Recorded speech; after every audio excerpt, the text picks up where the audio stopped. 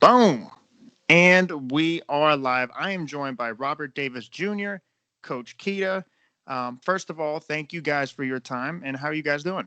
We're doing good. Thank you for inviting us on the show. Thank you. Absolutely. Yeah, absolutely. The first thing I always like to do now, I have interviewed NBA players, UFC fighters, media personalities. 2020 is such a crazy year. And so going into 2020, 2021, I don't take it for granted anymore. So I just want to, first of all, how are you guys doing? I know these are crazy times.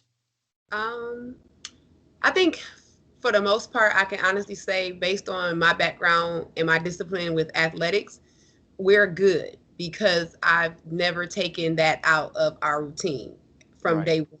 So just trying to continue to do the things that we were able to do and figure out some things that we couldn't do and how to do that.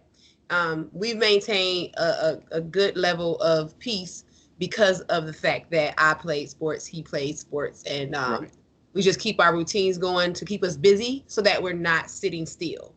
Right. That's such an interesting thing about this pandemic. It doesn't matter if you're a celebrity, if you're an athlete, if you're an actor, actress, teacher, no matter what you do, we were all affected by the pandemic. It's something so we all have in common. Okay, so I want to talk about this before we even get into the game of basketball and get into just everything. How did you guys get started on this journey? Because you guys obviously approach everything as a team, and I think that's such a special thing. How did you guys get started on this? I was really born into it, honestly. Okay. I say that I was really born in the gym. Since I was born, I've always been in the gym, watching her coach, watching her play. She was playing while she was pregnant. Like, I was really just born in the game of basketball. So really, us together through this journey has just always become natural. And it was never just let's just do this. It just came, and God put us in a situation and we're just living 1 mile at a time. Right. And so you knew immediately, like, you love the game of basketball. It's just something that came naturally to you. Yeah, it just came natural. It wasn't even a choose thing. I didn't have to push him. And I tell people that all the time. Yeah. And so by me kind of having him, I tell my friends all the time, like, if you want your kids to do something, all you have to do is really keep them around it or find friends who do that thing. Put them around other kids who do it, and they will actually kind of gravitate to that. Right. Right. Absolutely. So, okay, let's talk about you guys. Coach Keita, Robert here. Talk about the bond that you guys have. So, like, we just talked about how you guys started the journey. I think that's such a special thing. One thing that I value more than anything, I don't think you can put a price on, is relationships, whether it's family members, friends, coaches, teammates. I think that's the most important thing that you can have. And clearly you guys have such an amazing relationship. So you guys can both expand on this. How does that go hand in hand, and how has it helped you guys so far in this journey? You want to go? Yeah. Honestly, our bond is really crazy. She's like my best friend, mom, and like prison guard all in one. Exactly. Yeah, it's really cool because not everybody has a chance to have that type of relationship, not let alone with their mother or their father. Right. So I don't take it for granted. You know, I'm really thankful to have a mother like her and have the opportunity to actually have this relationship to where I feel like I can come to her about anything and I can accomplish anything with her on my side. Right. That's incredible. That's incredible. So for me, I'm going to just be honest. I think me having, I grew up with a stepfather and my mother, and I didn't have my father. So he left when I was 8. And then growing up in a house where I'm the only kid, that's the outcast child. I think that I've always had in my head, if I ever have children, I'll make sure that I'm going to love them. All the things that I wanted, I made sure I did with him. So the things that I thought I was missing, I made sure I did with him. My dad he was from the country, my stepdad, and he always felt like kids didn't have a voice. So it was always like, you can't talk, but, listen when you're spoken to. But you really didn't have a say so. I think that's probably why I went into communication in college. But then I also knew for my son, or whenever I had children, I would give them that voice for me to listen and hear.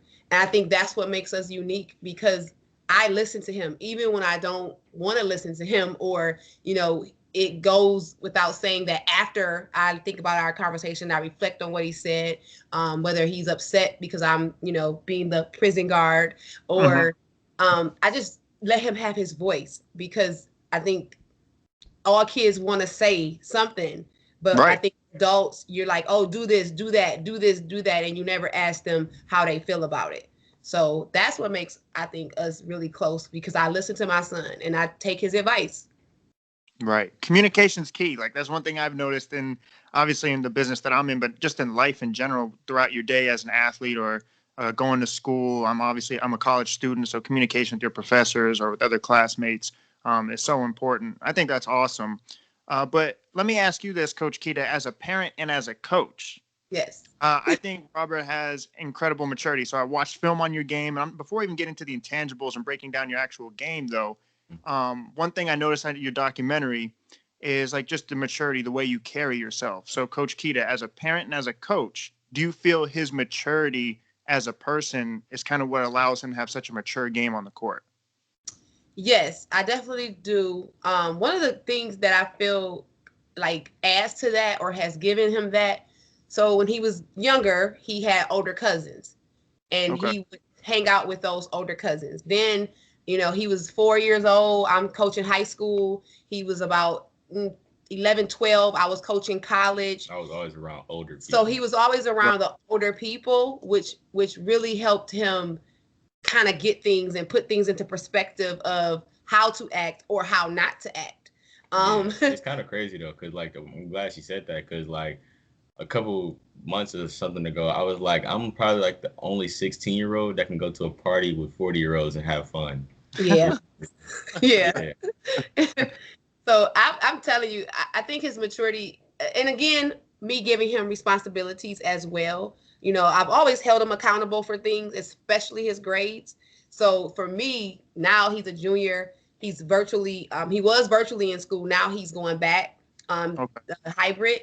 And to watch him like this whole year, have his work done, get things, in order, know when to study for a test, knows how to study for a test, knows when to ask for rest from basketball because he has to do the schoolwork. Like, all of those things have manifested into, I don't really have to do nothing, it's like, oh, we're cool. Like, so he's definitely mature. And I think it's also because he's had so many older people around him. I've had him around older people his whole life. Right. And I think that's really important. It's the same thing. I had an older brother, older cousins, same thing for myself. And it's like, I feel like when you're around that, you kind of are who you hang out with and who you associate with. Yeah. So it helps you. So I'm huge on this. And when I watch your documentary, I'm like, oh, Robert, I got to ask you this question. So the dog mentality I always use. So I interviewed Colin Sexton. My cousin went to school with him. So he knew him really well. He's like, man, this guy's a dog. Like, he loves to work. So I'm like, okay, I know when I cover the Magic, that's what I'm going to talk to him about. So I'm like, Colin, you have this dog mentality, this chip on your shoulder. How does that help you? And he kind of broke it down to me. And I saw that you talked about it on the documentary, like, yeah, I have this dog mentality. So I just feel when someone has a chip on their shoulder, like Tom Brady to this day has a chip on his shoulder because of how low he was drafted. Like LeBron has a chip on his shoulder. So for you, how has that helped you to have that chip, that dog mentality thus far? And like, how do you feel that's going to help you throughout your career? Honestly, I've always had a chip on my shoulder because of her.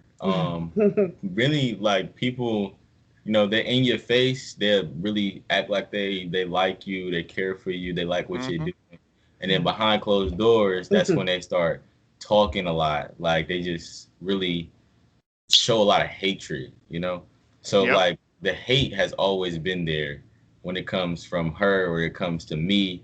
And it just really like gravitates. And I take it personal, per se. I've taken it more personal this year than any others because, I'm usually the one laughing, joking, or I'm laughing on the court.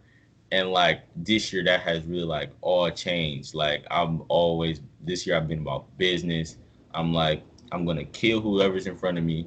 We can be friends after the game, but when we're on the court, there's no friendship, none of that. Exactly. So really just having that is helping me succeed a lot because it's really, I'm not playing games. I'm more so doing business. Right. Yeah, because this is your craft. This is what's you're putting your eggs in this basket because you have a natural talent for it. And so, yeah, this is business. So you feel you've been able to kind of channel that on the court, like you said. It does because the more and more success you have, and the more success you guys have, the more and more you're going to get of that. So you're Yes. able to channel that now will probably help you longer down the line, right? Yeah, because everybody like off the court, I'm like really, really goofy. I'm goofy. I'm funny.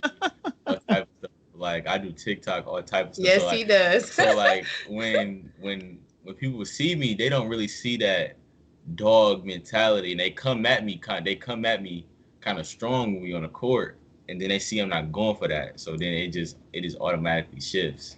Yeah, I think a lot of people, when I think of it now, you think of like that Michael Jordan, that Kobe Bryant, like that Mamba mentality. I think that's such a special thing to have because it's just like Kobe Bryant was such an amazing person off the court and he was helping and he was a great father, a great mentor, but on the court, he's going to try to kill you. Like that's just his thing. And that's the things that I prepare him for. I've always told him like, because at the end of the day, this is a business, so you have to sell tickets. So you can't be mean on and off, and you don't have a balance there. And I think that's the beauty of him. I love that when he's on the court, it's all about I want to kill, I want to hurt the team by making these shots or just being a really good player. But ultimately, I tell him too, you got to keep the great personality, get to know people. Big up your teammates. Don't when you're being a leader and you're yelling at them, make sure you send them some love after so they can respect when you do come at them that way. But it's so crazy because this season they practice about 2-3 weeks now, and that when he gets out the car, the first thing I say or last thing I say is make sure you be a leader, a good leader. Yeah, that's so important. That's so cool that you have a coach at home and you have a coach you have a coach everywhere. Yeah, that's incredible. Okay, so you mentioned about going back to practice. Now, I always stay in touch with my high school basketball coaches. They're like family. So I always go to their games or whenever they have banquets or events. But I obviously am not in that locker room anymore. I'm not in that school anymore. So I'm not necessarily sure what it's like firsthand to experience this pandemic. So can you guys kind of both expand on that? For people listening, there's going to be coaches listening to this. There's going to be athletes or players. And I feel often we're always talking about the NBA bubble. We're talking about the NFL. We're talking about the collegiate level. But the high school level, it all starts at the high school level. So we're not getting that perspective enough. So can you guys kind of talk about how that pandemic has affected not only your education, but also basketball, some challenges and some positives? It's just really different, honestly. One, playing with a mask, different like protocols, like you're assigned your own ball and you have to sanitize it and like you have to like stay 6 feet sometimes unless you guys are like playing against each other or whatever. They even took out the jump ball for our season. Yeah. Really? Yeah, It's just limited. Everything is really limited. And that's if we play, because we still haven't started playing here in Michigan, just FYI. We have not started playing. Wow. So these are all protocols that are prior to us even having a game yet. Right. Now, we're on non-contact practice until February 21st. They went up to the state capitol to let us play yesterday with a big rally at the state capitol. Tomorrow there's a lawsuit going into place against the governor for high school basketball being played in Michigan. So it's a lot of stuff going on, I think, to the point where now not only are student athletes trying to figure out, well, how do I practice? How do I get in the gym? And how do I do these things?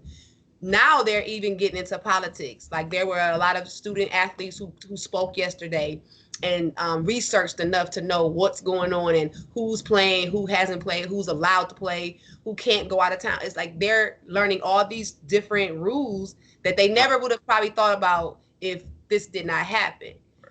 So I think that's also opening up channels for students who may go into politics now because they want to learn, they want to fight and advocate for what's right. Right. So I think there's football going on in Michigan though, right? State championship was last week, 2 weeks ago. So it just ended. So it stopped in November and then they restarted it in January and they finished the last 3 weeks out. But they still haven't allowed winter sports to go on.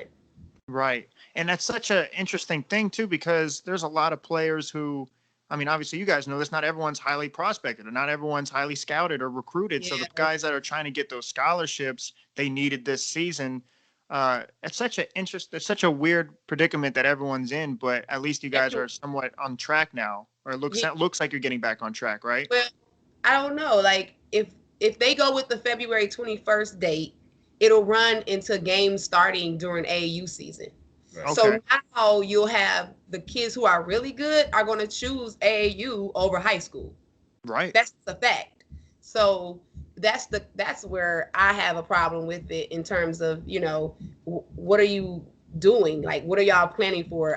If anything, they should have canceled the season until they felt like it was time, we until we got a confirmed date, like we can start here and now we'll plan from there. Or they just should have never stopped it because, I mean, across the country, everybody's been playing with the same numbers that they're going down, down, down. So I don't understand it. The good part is that I tell him all the time, we have a 6-year plan. Right now, our goal is 6 years away, 4 to 6 years away. So we're going to keep on working as if this season doesn't happen, cool. We don't care because we know we have to do this work because our goal's down there. But like you said, every athlete won't even get to go to college to play. Right. So what about those student athletes who are missing their year? Right. But I think one thing this pandemic has done is the people that are prepared and able to adapt and evolve are the people that thrive. And clearly you guys are in that kind of column where you're already thinking, you're already planning, how can we adapt? How can we evolve? Yeah. I think it all ultimately will end up working out for everybody. I hope so. I'm a glass half full type of person, so I like to think so.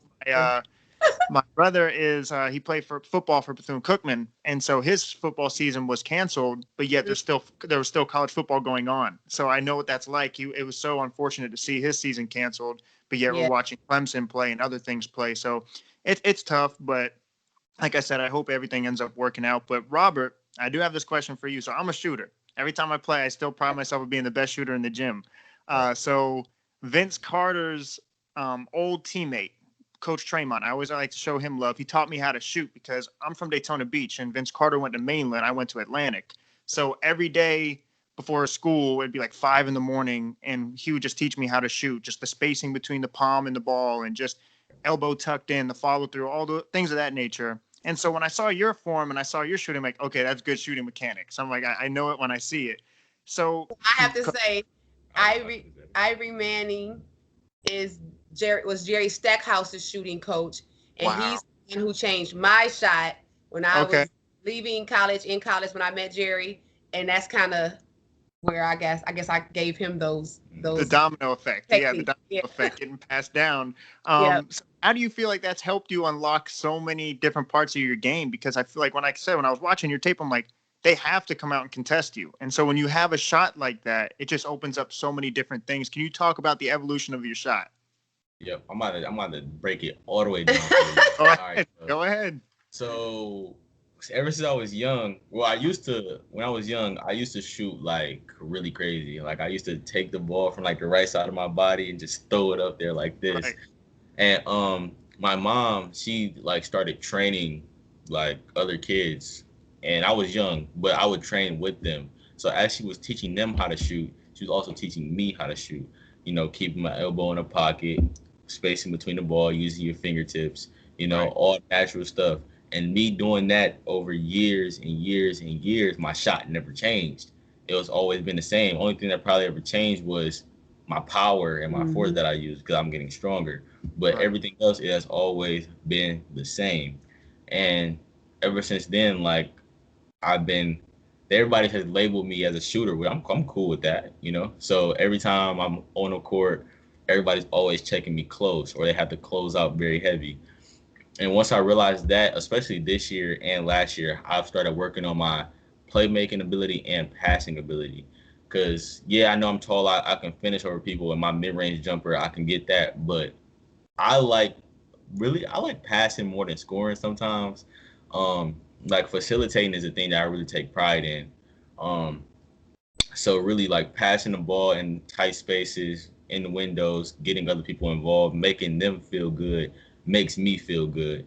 So just me working on that, it has evolved my game like like immensely, especially this year, because now I have the ball in my hands a lot. So I'm coming off ball screens. I'm triple threat going by people. Like it has really opened my game up more than anything.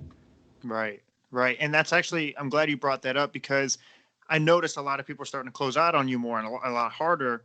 And I'm like, okay, so I think you have such a fundamentally sound game. But one thing that I was impressed with was your footwork. And Mm-hmm. so, I mean, just the way you catch and shoot, there's a lot of people don't understand the footwork behind that, being Yeah. shot ready, your dribble pull up, the way you attack the rim. So did you start to realize that a little bit more as your shot got better? Like you just said, people are starting to run out on you a little bit more. How Yeah. important has that footwork been for you to kind of explore different options?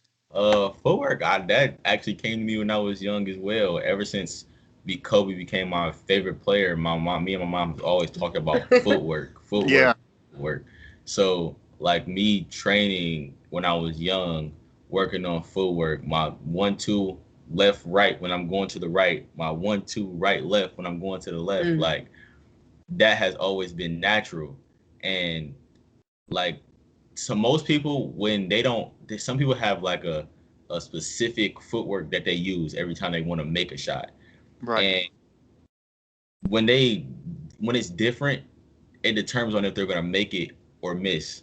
So with me, footwork doesn't really take my shot off balance.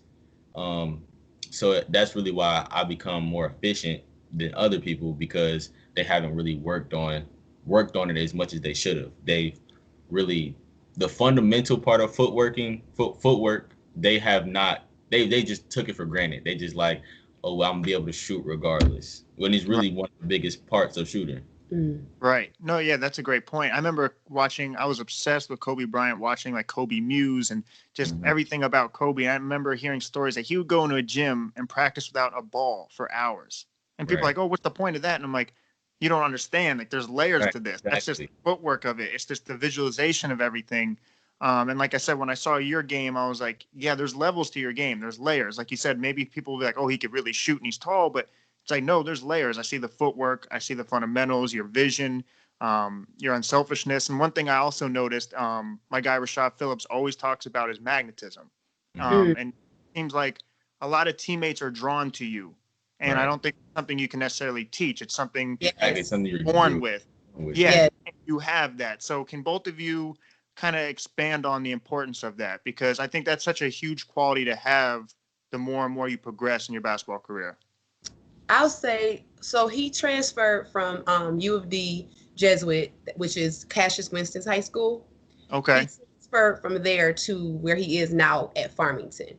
And transferring there last year, you had Jaden Akins, who's now at Sunrise Christian. Sunrise Christian.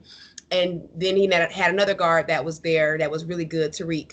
And so he kind of came in as the transfer guy and was like, oh, Mm-hmm. how good is he? And what I loved about him last season, and this is just, I think of a lot of kids, he didn't come in to try to be like the man. He came in and just was himself. So even though we'll have a game and Jaden might have 25 points, 5 dunks, whatever, his energy, his crowd energy, his team energy, like you couldn't miss him when he was on the court. When he did make a shot, it was like the best. Like he just the energy that he brings makes teams win, and that's something that he was born with. And I think that's one of the best qualities that you just said, going farther and farther into your professional career. If he gets to that point, he'll probably win a lot with those teams, because that type of energy is contagious and it makes people have to get on the same page. And earlier today, he was talking about their run to the district championship last year and how they finally started to become a team. All of that, in terms of what he had been doing for the entire season, was coming together. And I think any school that gets him even after high school, they're gonna be blessed, and they're gonna really enjoy him because he's easy to deal with, and he's gonna push himself, and he's gonna ask questions, but he's also gonna make some people better, and that's the beauty of like what he does. When it comes to really the energy part, I really think about it in three parts. One, leadership. Two, confidence. And three, trust. Leading is already come natural because she has led all her life. So it's really just been passed down to me, and I'm just a natural born leader. But confidence is the biggest thing. Some people, not even a lot anymore, but people used to call me cocky a lot. But I was just confident in my abilities.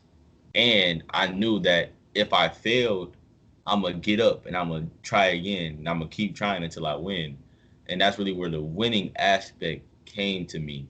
I would rather win and score 5 to 10 points with 10 boards than lose and score 30. Right. And everybody will say that, Right. but that's not really what they mean. Facts. They'll say that, but that's not really what they mean, because you can look at it. You could go look at stats, and if we lost, I take back into the game. Now I visualize really what went wrong and what I could have done. Not even just on the court. I'm saying picking my teammates up, making sure that they're not putting their head down, because everybody's not born with the confidence. A lot of people lack confidence. Yeah. And once you realize that as a leader, you instill confidence in others, and that's really what I'm really trying to do with the team that we have this year. Just instilling confidence in them, because from a outside looking in, you would look at our team and be like, yeah, they have no chance. They're terrible, But when I look at my team, I see I got 2 great players from JV that's going to knock down shots, and I have a big who looks as to if he can't be a big when he's going to be one of our best players on the team. And then see that we have a point guard that's going to develop into an actual point guard and be very good in the future. So me making them see that, and really with Prince is the point guard I was referring to. Prince Jackson. Right now I'm trying to make him think about the future. He's young, so he usually thinks about right now and how he wants to be ranked and all of this stuff. I'm trying to let him know, think about the future. Because right now, when we're in practice, he goes by people, he bullies them, lays it up. And I'm telling him, when you're going against these guys, you got to work on your craft.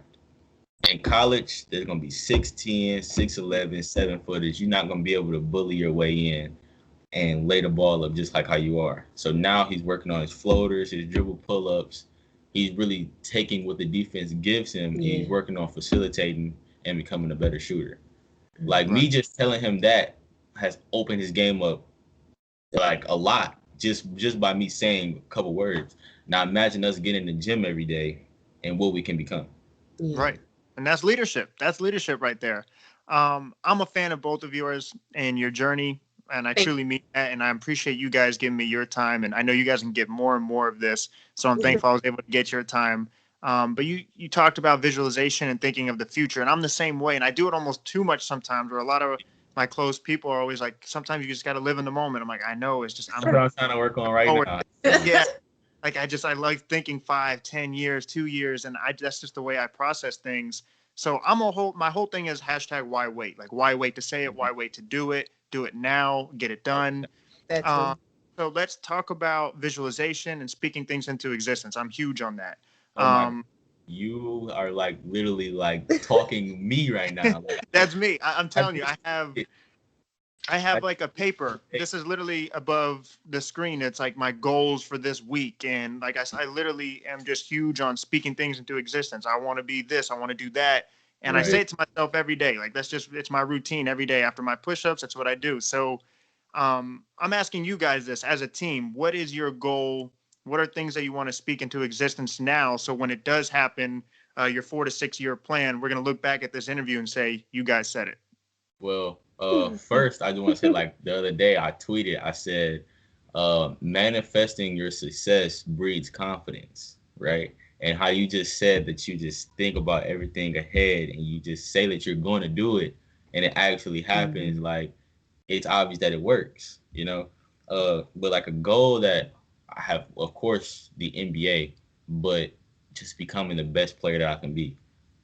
And me knowing that there's no limitation to the best you can be, it's just no reason that I can't, make it to where I'm trying to get to. Exactly. For me, I'm gonna say, what he is and what he's gonna become has it's been in my spirit in my life before I ever had him. So I've always asked God, like, well, why did I become a basketball player and didn't do this? Because I was injured a lot in college, and I was like, why did I, why I love this game so much? Why didn't I have this? Why didn't I get this type of success? Why didn't I know about basketball earlier instead of the last 4 years of the 4 years of high school? Because he made you to be a coach? No, he made me to go through all of those things for him. Right. So meeting people like Jerry Stackhouse and all these NBA guys and all these trainers and getting with all these coaches and being around all the basketball people I know, right? Everything I have, all the knowledge, all the experience was for him to manifest his goals, his dreams, right? At the end of the day, he will become a professional basketball player. Where is, his limits are, whatever he does, but he will. I know that for a fact, that he's going to be a professional basketball player. That's what he wants for his life. He's going to be a great entrepreneur, and he's going to be a great leader at all of that stuff. So I see it. I've done things to kind of push him that way. And so really it's just a matter of time before you say, hey, we back to the interview and this is what happened. Yep. So, and that's why I think I document a lot of stuff now, because I can't wait until he reaches that pinnacle and we can go back and look at all these videos like, dang, we knew it. I gotta say, his dad is a very smart man. I chose a good husband. That's fantastic. I like I said, I'm really thankful for you guys to give me this time and to include me a part of that. And you guys are welcome anytime you want to come on the show. I love seeing you. I love, going to your page and seeing what you have to say and your creative ways of sharing the dialogue, because I'm like Shad. Like, basketball is my everything. So when someone can actually put basketball in different perspectives and make it make sense, I latch on to that. So you keep doing what you're doing, because what you're doing is awesome and amazing as well. I appreciate that. Yeah, I always try to incorporate different point of views. So if someone normally wouldn't have looked at the game of basketball, but you like Lil Baby, I'm like, who can I compare Lil Baby to the NBA game? So maybe they'd understand, oh, okay, I get Zion's game. So I always just try to, I always like incorporating that. And that's funny because people to recognize. And I coach that way, like, because I'm an English teacher, I can kind of connect with the students and the athletes in a whole different way through vocabulary and getting like, the pen and then, so I totally get it. I totally get it. Yeah. Well, I appreciate it. Where can everyone go to follow you? I know social media is huge nowadays for everything, to get exposure, or you never know who's watching. So is there a certain page you guys want the people to go and view you at, or whatever the case may be? The floor is yours. Well, the first thing, can we tell you, we are co-owners of our clothing company, and it's called Speak Volumes. So if anyone would like to know more about it, you can go onto our website. It's speakvolumez.com, SPEAKVOLUMEZ. So it's Speak Volumes with a Z.com. And it's it was started by both of us, but he has the first design on it. Our new design says, my history is every day, unapologetically Black. This is for Black History Month. And then we have several other shirts and designs on there that are very, very popular. So just know that he's an entrepreneur early. Man, that's incredible. I'm going to visit that. I'm going to get one. Yes, please do. And I'm Lakita, the Coach Gantz, on Instagram and Facebook. So Lakita, Lakita, the Coach Gantz, Gantz, on Facebook and Instagram. And I am on Instagram, R0BE4T. That's on Instagram. And on Twitter, I am Robert Davis Jr., but the I is a 1. So ROBERTDAV1SJR. Yeah. They love the letter thing, right? The letter number. Well, I appreciate it, you guys. Like I said, thank you as always. Whenever you want to come on, you just shoot me a text and you guys are more than welcome. So thank you. I appreciate it. And thank you. We appreciate it. We'll talk soon.